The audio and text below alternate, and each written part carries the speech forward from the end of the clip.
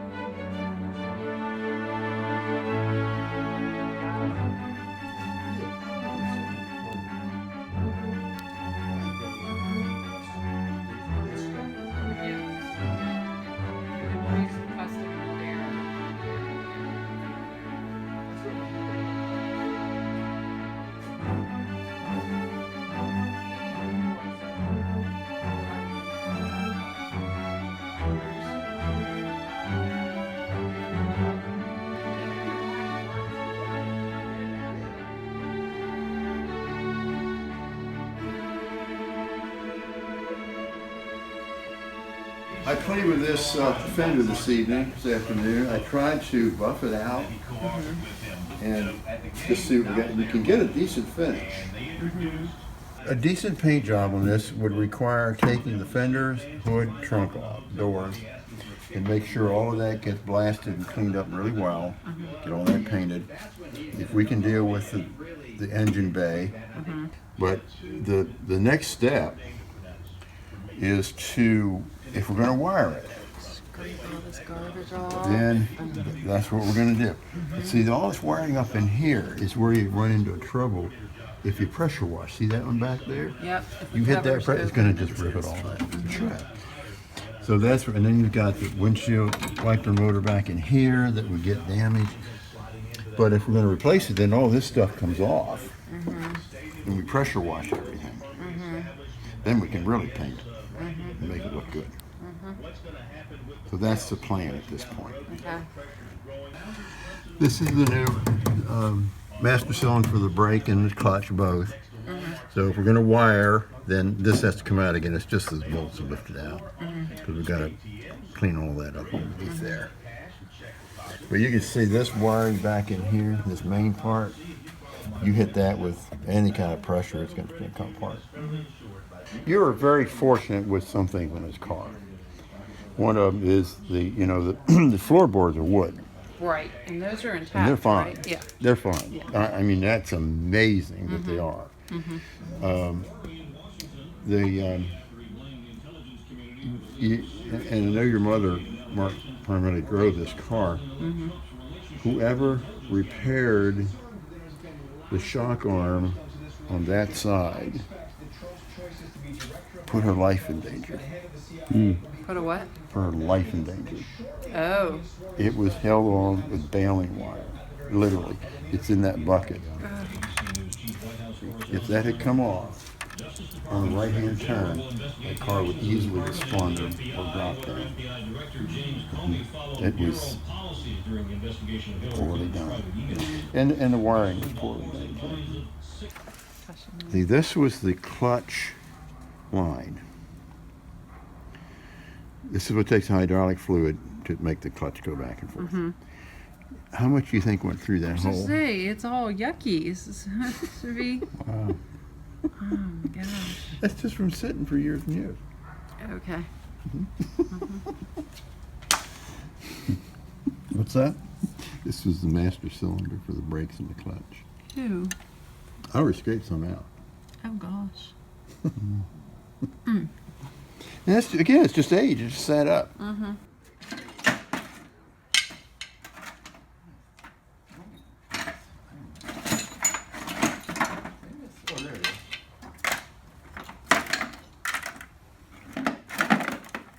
That's the fuel pump. Wow. Holy moly. So see, that's just gasoline being in there forever. That's what does that. Now the question is, could that be repaired? Sure. Look at that But drip. would it Would it work cost? well? Well, yeah, you can make it brand new, and it would cost about twice what a replacement cost. Because you have to replace everything inside, and then you got the labor to do it. So we just put a new pump in. Those two are the original carburetors, and they're great carburetors if you understand it. If you don't, they're difficult. And we're going to put a Weber on instead. You want to see what a Weber looks like? The Weber is a standard garden variety 2-barrel carburetor that every mechanic over the age of 35 understands. That's what it is, fit right on your car. 1 barrel, 2 barrels. This has an electric choke. Look at this grill. Well, we knew it wasn't original. Oh my God, it's like brand new. Look at that. Well, I don't know when it was replaced last. And I haven't She really. said it had been replaced several, my dad said it had been replaced several times. Several Right, times. so I don't know when it was replaced Okay. last, though. Because people kept backing into it, he said. Yeah. But I mean, that's beautiful. Yeah, it is. It really is. A little work on those slats, it look like you just put it in there. Yeah, I mean, there's a little bit of a Little dent bit. in there, but I mean, it's bit. not.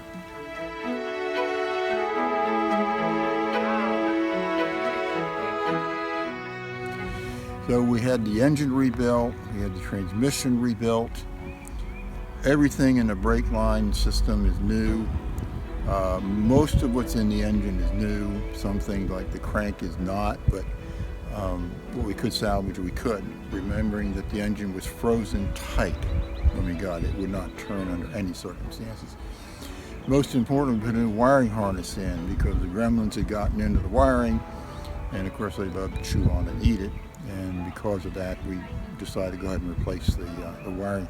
Wiring is the Achilles heel of a British car anyway, even when it's a good wiring harness. Yeah. It's this thing. highlights I remember is April of 2017 when Bart had the engine running. He hadn't restored the outside of the car or anything yet, but he had finished working on the engine enough to drive it anyways. So he invited us to come out and test drive the car. And that was the first time I had ever driven the MGA. And it was quite an amazing experience to drive the car.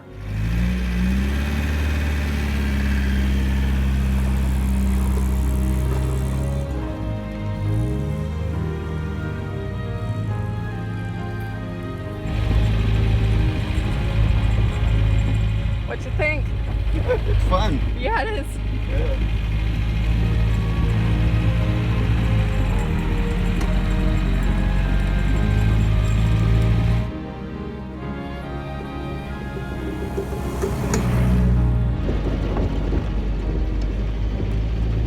Smells like the MG. It does.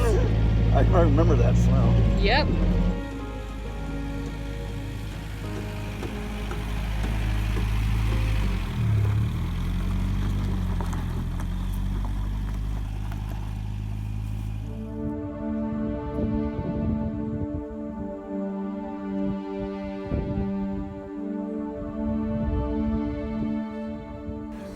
And we have new tires on it.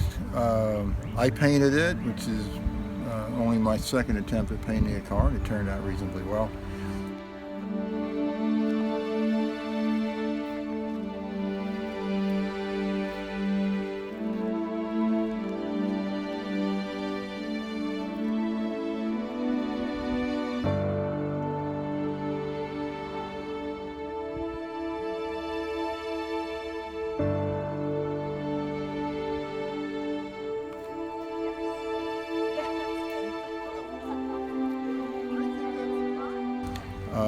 There are a lot of original parts on the car.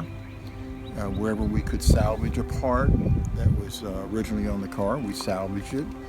There were some parts that it just didn't make sense to salvage them. A new part would be a better choice, either for the running of the car or just stopping it or just generally make it a better car. And here we are on April 14th of 2018, and the Adamsons are here to receive their car.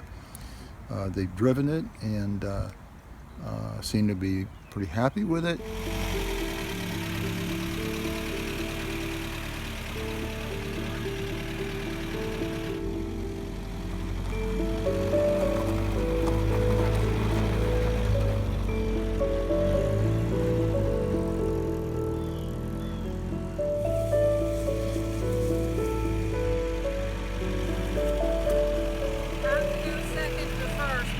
Try to go first, it wants to grind. Yeah, go second first. Yeah.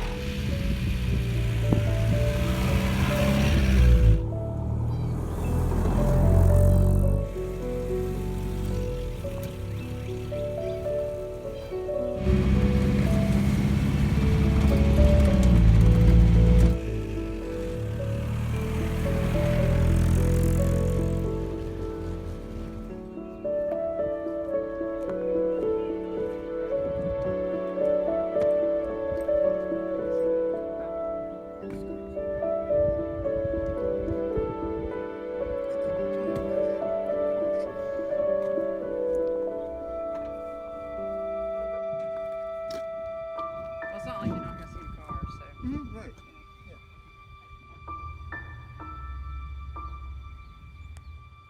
Because of that fender not being original.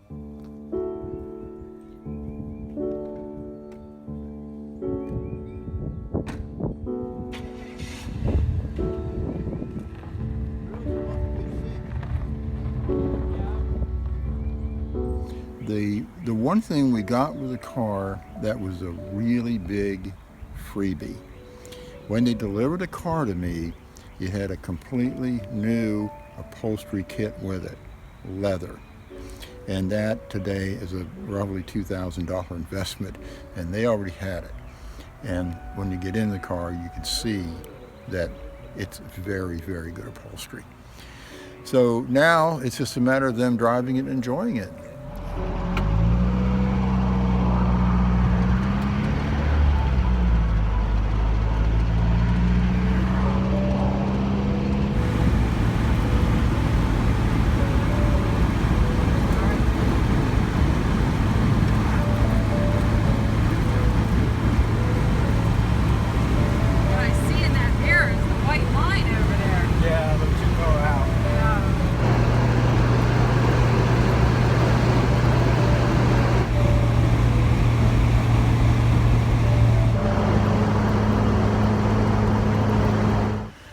pitch for our club. We are the British Car Club, Midlands Center in Columbia, South Carolina.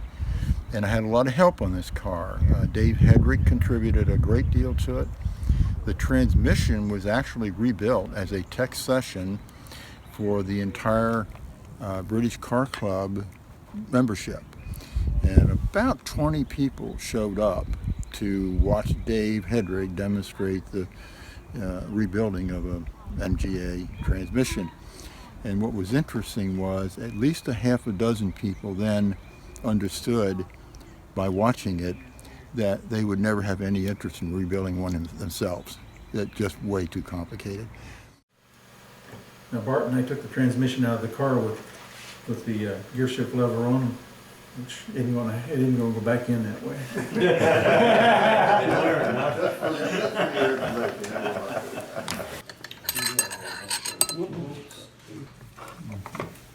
I pushed it out of the way. I should be able to pull this right out.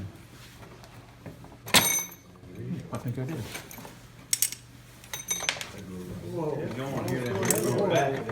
Okay, there's the main shaft. But it was a good learning session. A lot of people left there saying, yeah, I could probably take this on in my car if I had to.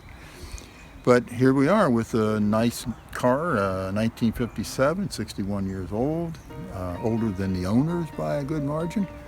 And it was originally Mark's mother's car. I think she would be delighted if she knew that Mark undertook this and brought it back to its original glory.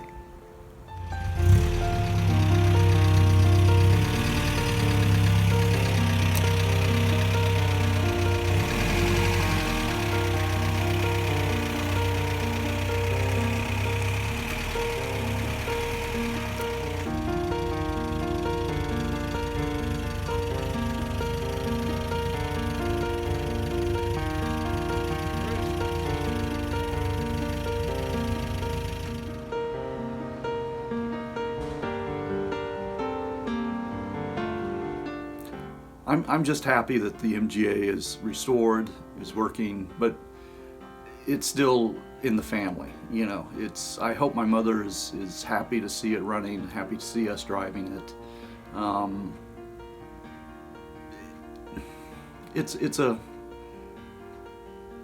piece of my past and a connection to my mother. So I'm particularly happy that Bart was able to restore it and it looks so beautiful, and we'll cherish it.